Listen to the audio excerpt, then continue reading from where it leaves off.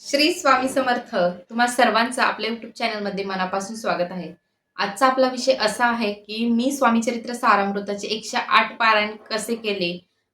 ज्या पारायणाचा एवढा मोठा अनुभव मला आलेला होता आणि अशा मी ज्या पद्धतीने पारायण केले त्या पद्धतीने जर तुम्ही पारायण केले तर 100% गॅरंटी देऊन सांगते की तुम्हाला अनुभव येतील स्वामींचे.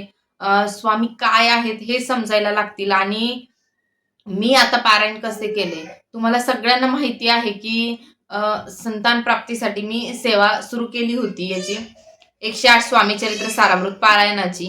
तर ती सेवा करायची तर महिन्यातून कोणताही गुरुवारी चालतो. तर मी गुरुवारी तेव्हा माझे 11 गुरुवारही चालू होते आणि 11 गुरुवार चालू असताना जेव्हा 11 गुरुवारही आपल्याला पूर्ण स्वामीचरित्र सारामृत वाचावं लागतं. तर मी काय करायचे की 2 टाईम म्हणजे सकाळी 11 गुरुवारचं वाचायचे आणि संध्याकाळी माझं जे संकल्पयुक्त स्वामीचरित्र आहे 108 पारायण ते वाचायचे. असं मी पारायण करत होते. आणि 11 गुरुवार आणि हे स्वामीचरित्र भरपूर लोड होऊन जातो ज्यांना जर वाचण्याची जास्त सवय नसेल, स्पीड नसेल तर. आणि मग मी पहिल्या गुरुवारी, महिन्याच्या पहिल्या गुरुवारी मी स्वामीचरित्र सारामृत 108 पारायणाला सुरुवात केली. ठरवलं की आता मला सेवा आलेलीच होती. मला हे पारायण करायचे आहे म्हणून. तर मी ठरवलं आणि पारायणाला सुरुवात केली. आणि त्या पारायणासोबत माझे हॉस्पिटलही चालू होते.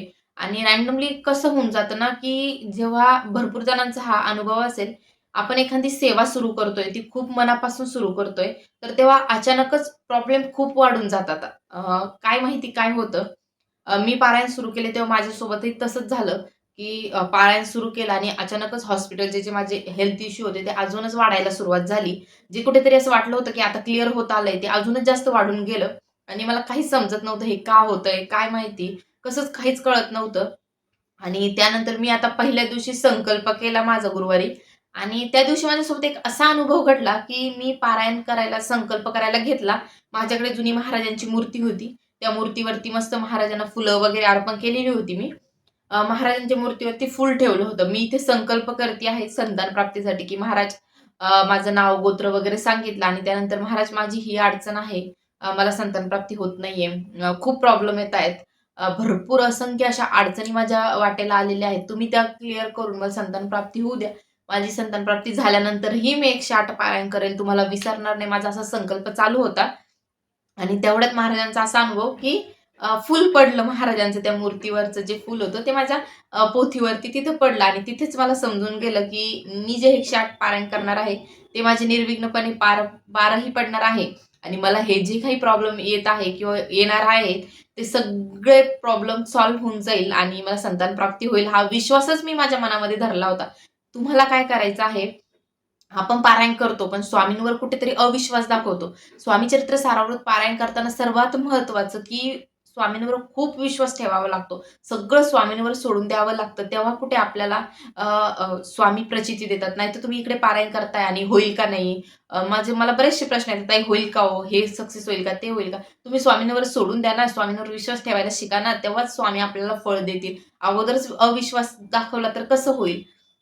ह्या पद्धतीने मी पारायण केलं आणि मी परान्न म्हणाल तर, आता मी एखाद्या ठिकाणी बाहेर गेली, तर तिथे खाणं मला खूप गरजेचं आहे. पर्यायच नाहीये. तर मी खात होते. मी म्हणजे एवढा कडक नियम पाळला नव्हता, की खायचंच नाहीये वगैरे, वगैरे. मी खात होते, असं काही नाहीये.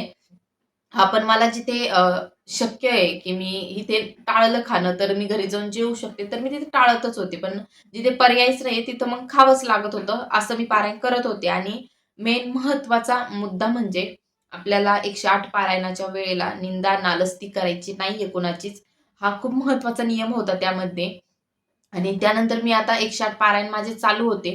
मी दिवसाला एकच पारायण करायचे. पण महाराज एवढी परीक्षा घेतात आपली जेव्हा आपण ह्या पारायणाला सुरुवात करतो. भरपूर अशा असंख्य अडचणी तुम्हाला येतील. फक्त तुम्ही मनामध्ये एवढंच ठेवा आणि प्लीज ह्या पारायणाचं जर तुम्हाला 100% फळ हवं असेल, 100% अनुभव हवा असेल, तर महाराजांवर अविश्वास दाखवणं बंद करा. महाराजांवरती पूर्णपणे विश्वास ठेवून ह्या सेवेला सुरुवात करा. महाराज तुम्हाला नक्कीच अनुभव देतील. नक्कीच चमत्कार घडतात. आजही घडतात. असं नाहीये घडत नाही.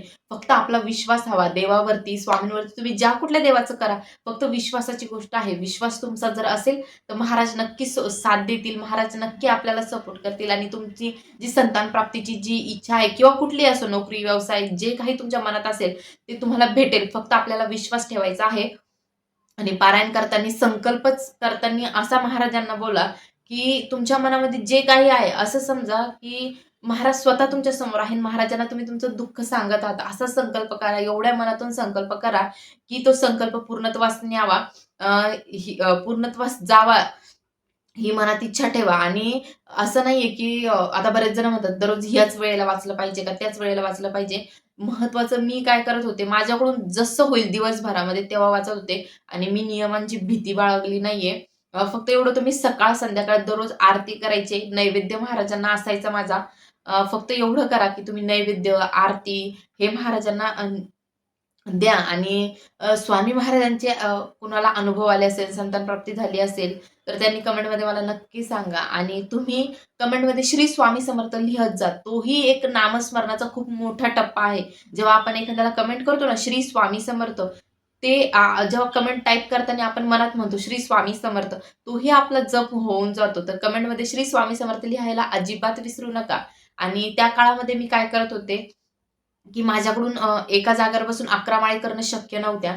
तर मी 11 माळी म्हणजे स्वयंपाक करताना असो, घरकाम करताना असो, असं मी जप करायची. तर ह्या पद्धतीने जर तुम्ही पारायण कराल, तर 100% महाराजांचा अनुभव तुम्हाला येईल. चमत्कार नक्की होईल. तुमच्याही आयुष्यात समाधान, सुख येईल. फक्त महाराजांवर विश्वास ठेवा. व्हिडिओ आवडला असेल तर नक्की लाईक, शेअर, सबस्क्राईब करा. श्री